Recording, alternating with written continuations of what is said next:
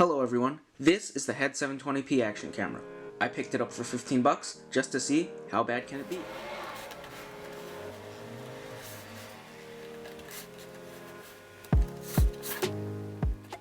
The box is held together by 3 pieces of tape on the top.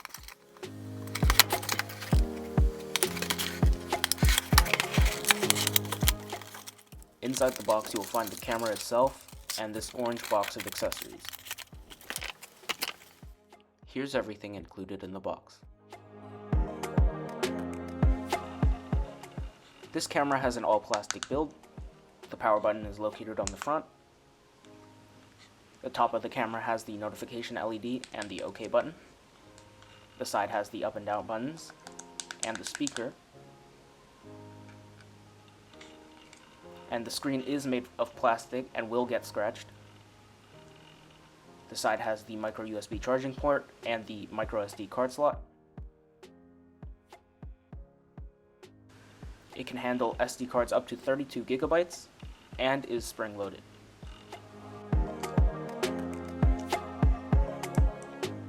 Finally, the bottom has the battery door. And here's the battery. This camera weighs 1.45 ounces, or 41.1 grams.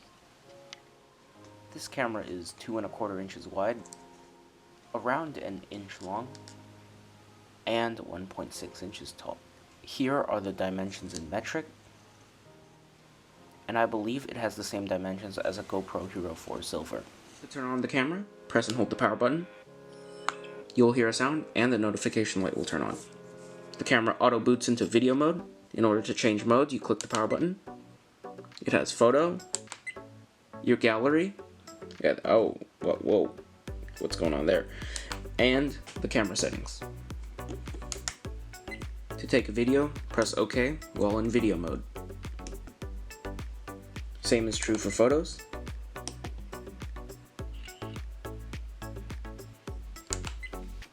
And now, gallery, you can use the up and down buttons to scroll through your images.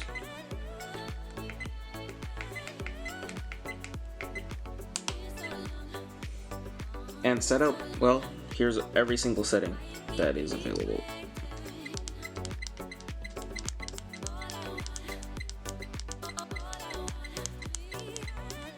In my experience, this camera records 720p up to 57 minutes, and it takes around 50 minutes for it to charge. It's time for some sample images. This scene, I left the timestamp on, and in my opinion, it is just too big. There's no option to adjust the size of the timestamp in the settings. There was a mild breeze on that day, and because this camera is so lightweight, the breeze was able to make the camera rock. Here I tried to test the dynamic range of the camera by switching between the brightly lit sky and the ground. As you can see, the video freezes from time to time, and that's because I used a lower speed SD card than was recommended.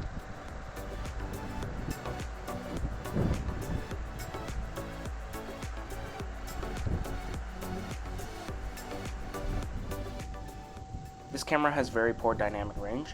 Even when pointed at the forest, the tree on my right has no detail at all, and the sky is blown out.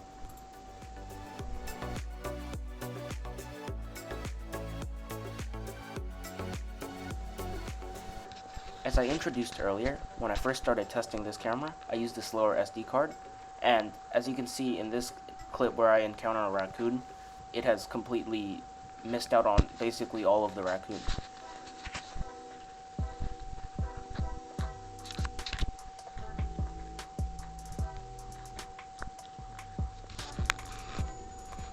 In this clip, I did a basic walking stabilization test, and there is no built-in stabilization for this camera. As you can tell, the camera microphone was able to pick up on a frequency that I wasn't able to personally hear.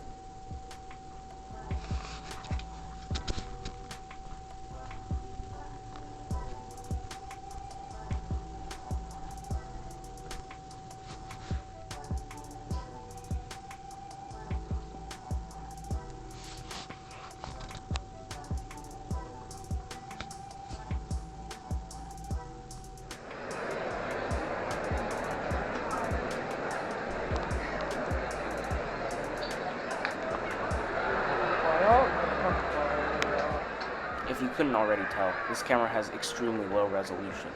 I don't know why they call this 720p, because in my opinion this is far worse than 720p. There is just very little detail in this image. I'm trying to hold the camera steady as best I can here, but there's no clarity at all.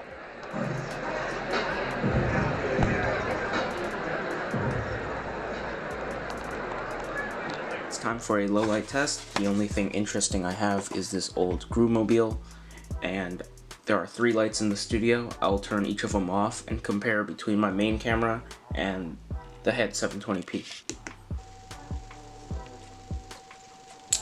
The first light is off.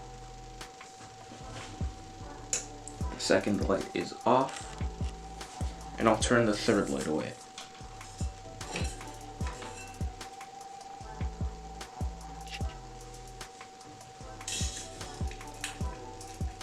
Now all of the lights are off.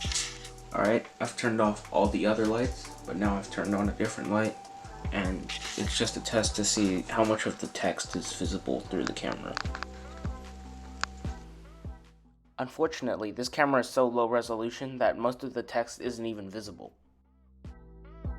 I realize I haven't done an audio test for this camera, so without further ado, audio test 1 2 1 2. Audio test 1 2 1 2. As for wind noise, well, it's not a windy day today, but I can turn on my fan. And we'll do the same test. Audio test 1 2 1 2. Audio test 1 2 1 2. The audio is muffled and there's this constant hissing noise. Overall, I would not recommend this camera. The video quality from this camera is absolutely horrid. The only use I could think of for this is to make your own horror movie where the video quality is intentionally bad and it's one of those found footage type movies. I did not have high expectations for this camera, but it can't even do things that the box says it can do. I am going to go through every single claim that this box makes and show you why it is incorrect. The very first sentence mentions that the camera can record in crystal clear resolution. This is the worst quality 720p that I have ever seen in a good while. I'm going to compare this camera's 720p mode to that 720p mode found on this SQ8, and there's just no comparison to be had here. The field of view on the SQ8 is bigger, and there's much more detail in the SQ8's image. The next sentence claims that there's a time-lapse and slow motion mode. I have shown you all the entire menu. There is no time-lapse mode, and there is no option to turn up the frame rate. Next, it's listed on the box that there is a micro HDMI out. Well, let's compare the ports. Here I bring in my SJ4000 Plus. This port right here, that is a micro HDMI out. There is no such port on this head 720p camera.